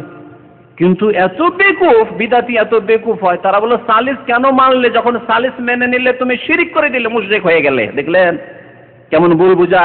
হ্যাঁ, কেমন গোমরাহ হয় এইভাবে মানুষ। তুমি মুশরিক হয়ে গেছো, সুতরাং তোমার রক্ত হালাল হয়ে গেছে, ইসলামিক সরকারের বিরুদ্ধে অস্ত্র নিয়ে বেরিয়ে পড়লো। আর ফজরের নামাজে এসে আব্দুর রহমান ইবনে মুলজাম, তাকে আব্দুর রহমান বলাই ঠিক না, সে এসে আলী রাদিয়াল্লাহু তাআলা আনহুকে শহীদ করে দিল। আর আজকেও এইরকমই কিছু লোকের রয়েছে ইসলামিক সরকারের বিরুদ্ধে, ইসলামিক শক্তির বিরুদ্ধে অস্ত্র ব্যবহার করা। এই একটি বিদাতি দল বেরোলো, এগুলি বিদাতি দল। তাই আহলে সুন্নাত ওয়াল জামাতের আকীদা এই নাই যে ইসলামিক সরকার বা ইসলামিক সরকার না হয় মুসলিম সরকার, কিন্তু তারা অস্বীকার করে না ইসলামকে। ইসলামী আইনের বাস্তবায়ন আমরা করব বা করতে পারছি না, কিন্তু করব না এই কথা বলছে না, তাহলে তারা মুসলিম। তাদের বিরুদ্ধে অস্ত্র ধারণ করবে, বাংলাদেশেই হোক আর পাকিস্তানে হোক, এমনকি কোনো অমুসলিম দেশেই হোক না, কোনো জায়গায় নয়। এরা হচ্ছে বিদাতি, আহলে সুন্নাত নয়। ঠিক তেমনি অতি ভক্তি যে আলী রাদিয়াল্লাহু তাআলা সম্পর্কে করেছিল রাফেজিরা, অতি ভক্তি আর অন্যদেরকে গালিগালাজ করা, বুঝতে পেরেছেন? যেমন পীরদের ক্ষেত্রে পীর পূজারীরা অতি ভক্তি, পীরের পা চুষে কদম বসি করে, আর পীরের পানের পিক আর থুক আর কাঁচ আর পোটা সব গায়ে মাখে। বাড়াবাড়ি করে বলছি না, সত্য কথা। চলে যান, এই তরিকুল ইসলামের বোনের বিয়ে দিয়েছে এক গ্রামে, জয়পুরহাটে। ওর গ্রামে একটা পীর আছে, দাড়ি মুন্ডা পীর, দাড়ি পর্যন্ত নেই, ফাঁসে, আর জর্দা দেওয়া পান খায়। কারণ ওর বোন জামাই কুয়েতে আছে বর্তমান, আমার সাথে মাঝে মাঝে টেলিফোনে কথা হয়। বলছে আমার গ্রামের পীর বয়স হবে 20 বছর বয়স মাত্র, বা 25 বছর বয়স, আর গ্রামের মুরব্বী যারা 70 বছর 75 বছর 80 বছর টমটমে যাচ্ছে পীর সাহেব, ফাসেক পীর সাহেব, আর পান খাচ্ছে আর পিক ফেলছে, কাশপোটা পড়ছে, আর এরা দৌড় দিচ্ছে পিছনে, 70-75 বছর, এরা বরকতি নেওয়ার জন্য, তাবারুক নেওয়ার জন্য দৌড় দিচ্ছে, আর যেমনই পানের পিক ফেলছে তেমনই নিয়ে গায়ে মুখে মেখে নিচ্ছে। চোখের সামনে আছে দলিল, বোনের বাড়ি ওই গ্রামে জয়পুরহাট। আর এর বেশি সিলেটি কেউ যদি থাকে তো ফুলতলি পীর সম্পর্কে জানেন না, ফুলতলি সিলেটি লোকেরা, বহু ফুলতলি শাহেদ আছে, ওইখানে পিছনে একজন মঈনুদ্দিনও আছে, আর এখানে বহু আছে। আর প্রতি বছর তাদের পেটের ব্যবসার জন্য, টাকা ব্যবসার জন্য ইংল্যান্ডে যায়, কারণ সিলেটি তো আবার ইংল্যান্ডে থাকে, তাই না? তো ওখানে পেটের ব্যবসার জন্য যায়। আর মরিদ ভক্ত আমাদের এক ভাই আছে, তার খালা মামা বংশধর ওখানে আছে, ওখানে গিয়ে ফুলতলি বসে আছে, আর তার এক মরিদ ভক্ত দাঁড়িয়ে গেছে ডান দিকে বাম দিকে, বলছে ভাইরা আমার, সাহেব এসছেন, মানে সাহেব এসেছেন, সাহেব এসছেন।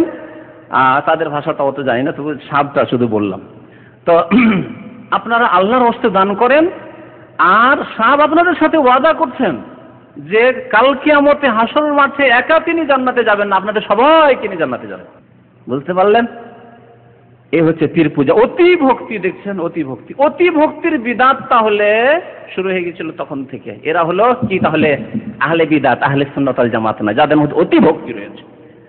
আর অতি ভক্তি করে তাদের পীরদেরকে। আর কোরআন এবং হাদিসের কথা কেউ যদি বলে, সৌদি আরবের ওলামায়ে কেরাম, বাংলাদেশের ওই সব হাক্কানি ওলামায়ে কেরাম যারা কোরআন সুন্নাহর কথা বলে, আল্লাহ এবং রাসূলের কথা বলে, প্রত্যেক ক্ষেত্রে দলিলের কথা বলে, যে না না না না এরা বেয়াদব, এরা নবীর গোস্তাখ, এরা বেয়াদবি করে, এরা ইত্যাদি, ওয়াহাবি, এরা কত রকমের নাম, এরা কাফের, মুসলিম না, ইত্যাদি ইত্যাদি। হ্যাঁ, এই গত সপ্তাহে এক ভাই বলল যে চ্যানেল আয়ে, গুমরাহদের চ্যানেল আয়ে এই 73 ফিরকার হাদিসটি পেশ করছে। 73 ফিরকা যে হবে, বললাম একটু আগে হাদিসটা, যে এই উম্মতে 73টি দল হবে, আর 73টি দলের একটি দল জান্নাতে যাবে। বলছে একটি দল জান্নাতে যাবে, তারা হচ্ছে কারা? ওরা কবর পূজারীরা, আটরসিওয়ালারা, ওরা চ্যানেল আয়ওয়ালারা। আর বলছে যে 72টি দল যে জাহান্নামে যাবে, তার প্রথম হচ্ছে আহলে হাদিস। এই কথাটি ওই আমামা ক্যাম্পে গিয়েছিলাম, আমাদের ভাইয়েরা যারা ওই চ্যানেল আয়ের বিদাতি কথাবার্তা কখনো শুনে, বা আমাদের এক ভাই শোনালেন, আমাদের এই মুজাফফর, আপনি শোনালেন না? উনি শুনিয়েছেন, ঠিক। তো বুঝতে পারলেন এখানে নবী করিম সাল্লাল্লাহু আলাইহি ওয়াসাল্লাম বলছেন আহলে সুন্নাত ওয়াল জামাত, মানে বুঝতে পারেন আহলে বিদআত কারা? যাদের অতি ভক্তি রয়েছে। একজনের ক্ষেত্রে তো অতি ভক্তি, আর একজনকে একবার ইসলাম থেকে খারিজ। কথা বুঝতে পেরেছেন? কোরআন সুন্নাহর ভক্তি নেই, রাসূলুল্লাহ সাল্লাল্লাহু আলাইহি ওয়াসাল্লামের আদর্শের ভক্তি নেই, সাহাবায়ে কেরামদের ভক্তির কথা নেই। ভক্তি আছে পীর ওলিয়া উলিয়ার নামে, যে পীর ওলিয়া উলিয়া সবকিছুই করতে পারে। আহলে সুন্নাত ওয়াল জামাতের বিপরীত তাহলে সমস্ত দলগুলি, যেগুলিকে আহলে বিদআত বলতে পারি। আহলে বিদআতের মধ্যে দুটি দলের কথা বললাম, একটা খারিজি দল, যারা ইসলামিক সরকার, মুসলিম সরকারের বিরুদ্ধে অস্ত্র ধারণ করে, তারা বিদআতি দল। যারা অতি ভক্তি করে কারো সম্পর্কে, তারা বিদআতি দল। আর একটি দল হচ্ছে যারা আল্লাহর গুণগুলিকে অস্বীকার করে অথবা বিকৃত করে, তারা বিদআতি দল। উদাহরণস্বরূপ বলি, যারা বলে যে আল্লাহ ওপরেও নেই, নিচেও নেই, ডানেও নেই, বামেও নেই, সর্বস্থানে বিরাজমান। কথা বুঝতে পেরেছেন? এই বিদাতি দল আল্লাহ কোথায়, তারপরে আল্লাহ কোথায়? আল্লাহ সর্বস্থানে বিরাজমান, আর সবকিছুতেই বিরাজমান, সবকিছুতে বিরাজমান, এতেও বিরাজমান, এতেও বিরাজমান, এই কাপড়েও বিরাজমান, এই কাগজেও বিরাজমান, ওই কোরআনখানেও বিরাজমান, এই পিলারের মধ্যেও বিরাজমান, আর সর্বস্থানেই বিরাজমান। আপনার বডিটা এটাও একটা কিছু, তাতেও বিরাজমান, সবকিছুর মধ্যে আপনিও তো আপনার মধ্যে বিরাজমান, সবকিছুর মধ্যে আপনার বিবিও তো আপনার বিবির মধ্যেও বিরাজমান। তাহলে কি করে আপনার বিবির সাথে মিলন করছেন? আউযুবিল্লাহ, বেয়াদবি করেন না আপনি আল্লাহর সাথে? বুঝতে পারছেন না? পারছেন না? হ্যাঁ, বুঝার চেষ্টা করেন। তাহলে হে বিদাতি যারা বলে যে আল্লাহ সবকিছুতেই বিরাজমান, তারা বেয়াদবি করে, বিবির সাথে মিলন করে, বেয়াদবি করে। কারণ তাতে আল্লাহ আছে, তাতেই যখন আল্লাহ আছে তাহলে তার পূজা করলেই হয়। আচ্ছা, সবকিছুর মধ্যে হিন্দুদের মূর্তিগুলি আছে, তাহলে হিন্দুদের মূর্তি পূজা আল্লাহর ইবাদত। যদি আল্লাহ সবকিছুতেই বিরাজমান হন তাহলে হিন্দুদের মূর্তি পূজা আল্লাহর ইবাদত, কারণ তাতেও আল্লাহ বিরাজমান। নিয়ত করলেই হইল, মূর্তিকে সিজদা করেন, আমি আল্লাহকে সিজদা করছি, হবে? আল্লাহ সবকিছুতেই বিরাজমান আর সর্বস্থানে বিরাজমান, এটি হিন্দু ধর্মের কথা, মুসলিমদের পাঠ্যপুস্তকে চলে এসছে বাংলাদেশে, এটি হিন্দুদের কথা। তাহলে আল্লাহর কথা, রসুলের কথা কি? আ'আমিনতুম মান ফিস সামায়ে, সূরা মুলক, তাবারাকাল্লাযী বিয়াদিহিল মুলক, মুখস্থ আছে? না হলে দেখে নেবেন। আ'আমিনতুম মান ফিস সামায়ে, তোমরা কি নির্ভীক হয়ে গেছো, ভয় করো না সেই সত্তাকে যিনি ফিস সামায়ে, কোথায় রয়েছেন? আকাশ। আকাশ উপর দিকে হয় না নিচের দিকে হয়, না সর্বস্থানে হয়? উপর দিকে হয়। তাহলে আল্লাহ উপরে আছেন কিনা? আল্লাহ উপরে আছেন। ওয়া হুয়াল আলিউল আযীম, সর্বোচ্চ তিনি, তার যিনি উঁচাই থাকেন তিনি তো সর্বোচ্চ। আল্লাহর নাম আলী, 99টি নামের একটি। আয়াতুল কুরসিতে বলছেন ওয়া হুয়াল আলিউল আযীম। হ্যাঁ, আর কত বলবো? আল্লাহ আরশে রয়েছেন। আরশ কোথায় রয়েছে? জমিনে রয়েছেন, আকাশে রয়েছেন। আল্লাহ 7 আকাশ রয়েছে, 7 আকাশের উপরে রয়েছে আল্লাহর আরশ, কুরসি, আর ফাওকাহু আরশ, আর তারপরে আল্লাহ পাক রব্বুল আলামিন রয়েছেন। হ্যাঁ, আর রহমানু আলাল আরশি ইস্তাওয়া, আল্লাহুল্লাযী খালাকাস সামাওয়াতি ওয়াল আরদা ফি 6 আইয়ামিন সুম্মা ইস্তাওয়া আলাল আরশ। আল্লাহ সেই সত্তার নাম যিনি 6 দিনে আকাশ জমিন সৃষ্টি করলেন, অতঃপর আরশের সমাসীন হলেন। ইমাম মালিক রহমতুল্লাহ আলাইহি, তাকে জিজ্ঞাসা করা হয়েছিল যে আল্লাহ পাক রব্বুল আলামিনের সম্পর্কে কোরআনে রয়েছে, কার কথা? কোরআনের কথা, আল্লাহর কথা। এখানে একটি কথা আর বলেনি ইমাম মালিকের কথা বলার আগে, আল্লাহ সম্পর্কে আল্লাহ বেশি জানেন না আমরা বেশি জানি? কেউ? আপনি যখন আপনার সম্পর্কে সবচেয়ে বেশি জানেন, আপনার সম্পর্কে আপনার স্ত্রী অতটা জানেন যতটা আপনি জানেন, ঠিক না? যতই আপনার ক্লোজ ব্যক্তি হোক না কেন, আপনার সম্পর্কে আপনি যত বেশি জানেন তার বিষয় পৃথিবীর কেউ জানে না, আল্লাহ ছাড়া। আল্লাহ আপনার চেয়ে বেশি জানেন, এতে কোনো সন্দেহ নেই। তাহলে আল্লাহ সম্পর্কে আল্লাহ যে বলেছেন আল্লাহ বেশি জানেন না আর কেউ বেশি জানে? আল্লাহ বেশি জানেন। 2 নম্বরে, আল্লাহ সম্পর্কে সবচেয়ে বেশি মানুষের মধ্যে থেকে কে বেশি জানেন? রাসূলুল্লাহ সাল্লাল্লাহু আলাইহি ওয়াসাল্লাম। হাদিস বুখারী মুসলিমে রয়েছে। নবী করিম সাল্লাল্লাহু আলাইহি ওয়াসাল্লাম একটি হাদিসে বললেন, ওই 3টি লোক যারা বলেছিল সারা রাত নামাজ পড়বো, আরেক লোক বলে সারা জীবন রোজা রাখবো, আরেকজন বলে আমি বিয়েই করবো না, তখন তিনি বলেছেন দেখো আনা আ'লামুকুম বিল্লাহ, আমি আল্লাহ সম্পর্কে তোমাদের থেকে সবচেয়ে বেশি জানি আর সবচেয়ে বেশি ভয় করি। ওয়া আখশাকুম, সবচেয়ে বেশি ভয় করি আর সবচেয়ে বেশি জানি। তাহলে আল্লাহ সম্পর্কে আল্লাহ সবচেয়ে বেশি জানেন আর রাসূল সবচেয়ে বেশি জানেন, ঠিক না? তো আল্লাহ এবং রাসূল কি বলেছেন? ইমাম মালিক রাহমাতুল্লাহ কথাটি বলি। ইমাম মালিক যখন জিজ্ঞাসা করা হয় যে আল্লাহ তো আরশের কথা বলেছেন, সুম্মাস্তাওয়াল আরশ, এর মানে কি? আল্লাহ আরশের উপরে রয়েছেন না জমিনে রয়েছেন না সব জায়গায় রয়েছেন? তিনি বললেন আল ইস্তিওয়াউ মালুমুন, আল ইস্তিওয়াউ মালুমুন, আল্লাহর আরশের সমাসীন হওয়া আমাদের জানা আছে। ওয়াল কাইফু মাজহুলুন, তবে কেমন করে তিনি আরশে আছেন এটা আমাদের জানা নেই। তুলনা কখনোই করব না যে মানুষের মতো, রাজার মতো, বাদশার মতো, রাষ্ট্রপতির মতো, না, কারো মতো না, আল্লাহ আল্লাহর মতো। ধরন জানা নেই।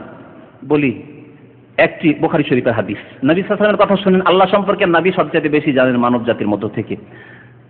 নবী করিম সাল্লাল্লাহু আলাইহি ওয়াসাল্লামের কাছে এক সাহাবী এসে বললেন যে ইয়া রাসূলুল্লাহ, আমার একটি দাসী আছে, দাসীটিকে আমি স্বাধীন করে দিতে চাই। স্বাধীনভাবে সে ইবাদতবন্দি করে, কেন আমার বাড়িতে গোলামি করবে? স্বাধীন করে দেব। নবী সাল্লাল্লাহু আলাইহি ওয়াসাল্লাম জিজ্ঞাসা করলেন ওই দাসীকে, বললেন আইনা আল্লাহ, আল্লাহ কোথায়? আল্লাহ কোথায়? আচ্ছা, আমাদের দেশের এক শ্রেণীর বিদাতি আলেম, সাধারণ লোকদের ভুলের কথা বলছেন, বিদাতি আলেম বলে আল্লাহ কোথায়, এই প্রশ্ন করাই কুফরি কথা। আলেমদের বিদাত শোনাচ্ছে আপনাকে। কি বলে জানেন? আল্লাহ সম্পর্কে এই প্রশ্ন করেন আল্লাহ কোথায়, এটি কুফরি কথা, ইসলাম বিরোধী কথা। অথচ নবী সাল্লাল্লাহু আলাইহি ওয়াসাল্লাম স্বয়ং জিজ্ঞাসা করছেন ওই কাকে? দাসীকে, আইন আল্লাহ, আল্লাহ কোথায়? তিনি বলছেন কি? হ্যাঁ, সে দাসী কি বলছেন? ফিস সামায়ে, আকাশে। হলো? আচ্ছা, মান আনা, আমি কে বলো তো দেখি। বলছে আনতা রাসূলুল্লাহ সাল্লাল্লাহু, আপনি আল্লাহর রাসূল। তখন বললেন নবী সাল্লাল্লাহু আলাইহি ওয়াসাল্লাম, আতিক হাসাইনা মুমিনা, একে স্বাধীন করে দাও, স্বাধীনভাবে আল্লাহর ইবাদত বন্দেগী করুক, তোমার দাসী হয়ে কেন থাকবে, কারণ এ মুমিনা। তাহলে ঈমানের জন্য লক্ষণ হচ্ছে দুটি, আল্লাহ কোথায় এটা জানা, আল্লাহর অবস্থান কোথায়, আল্লাহ আরশ আজিমে রয়েছেন, উপরে রয়েছেন। আর নবী কে? মুহাম্মদ সাল্লাল্লাহু আলাইহি ওয়াসাল্লাম আমাদের রাসূল। বুঝতে পারলেন? তাহলে যেই ব্যক্তি বলবে যে আল্লাহ সম্পর্কে সব জিজ্ঞাসা করে কুফরি কথা, সে তার ঈমানই নাই। কারণ বললেন ফাইন্না মুমিন, ঈমানের জন্য শর্ত হচ্ছে আল্লাহ কোথায় জানতে হবে। বিদাতি হচ্ছে যারা আল্লাহর গুণগুলিকে অস্বীকার করে, আল্লাহর মুখমণ্ডলকে অস্বীকার করে, আল্লাহ নিরাকার, এরা বিদাতি। আহলে সুন্নাত ওয়াল জামাত নয় যারা বলবে আল্লাহ নিরাকার। ভালো করে শুনে রাখুন। তো বিদাতি দল যখন বেরিয়েছে, যারা বলেছে আল্লাহ নিরাকার, আল্লাহর কোনো আকার নেই, আল্লাহর চেহারা নেই, আল্লাহর হাত নেই, আল্লাহর কদম নেই, এরাই বিদাতি। যেগুলি কোরআন হাদিস আছে সেগুলি আছে। তাবারাকাল্লাযী বিয়াদিহিল মুলক, এর মানে কি? হাত। কার হাতের কথা এখানে বলা হয়েছে? আল্লাহর হাতের কথা বলা হয়নি। সূরা মুলকের প্রথম আয়াত। আর কত বলে, আরো বহু দলিল কোরআনে কারিমে রয়েছে, আর বলছি না। এখান থেকে আলোচনা শেষ করে দিচ্ছি। ওয়া সাল্লাল্লাহু আলা নবিয়িনা মুহাম্মদ ওয়া আলা আলিহি ওয়া সাহবিহি আজমাইন। আল্লাহ পাক রব্বুল আলামিন যেন গুনাহ খাতা আমাদের মাফ করে দেন, নেক আমলের তৌফিক দান করেন। আল্লাহ আমাদের যেন অতীতের গুনাহ খাতা মাফ করে দেন। আমাদের যেসব ভাইরা গুমরাহ হয়ে রয়েছেন তাদেরকে হক কথা বোঝার তৌফিক দান করেন। যেসব ভাইরা সৎ পথে রয়েছেন তাদের ঈমানকে আরো মজবুত করে দেন। আল্লাহ পাক রব্বুল আলামিন যারা আমাদের ভাইরা মারা গেছেন, আল্লাহ তাদের গুনাহ খাতা মাফ করে দেন, তাদেরকে জান্নাতবাসী করেন। যারা অসুস্থ রয়েছেন আল্লাহ তাদের সুস্থতা দান করেন, তাদেরকে আরোগ্যতা দান করেন। আল্লাহ পাক রব্বুল আলামিন যাদের অসুবিধা রয়েছে, যাদের পেরেশানি রয়েছে, রিজিকের, চাকরির, আল্লাহ যেন তাদের পেরেশানিকে দূর করে দেন। আমিন ইয়া রাব্বাল আলামিন। ওয়া সালামুন আলাল মুরসালিন ওয়াল হামদুলিল্লাহি রাব্বিল আলামিন।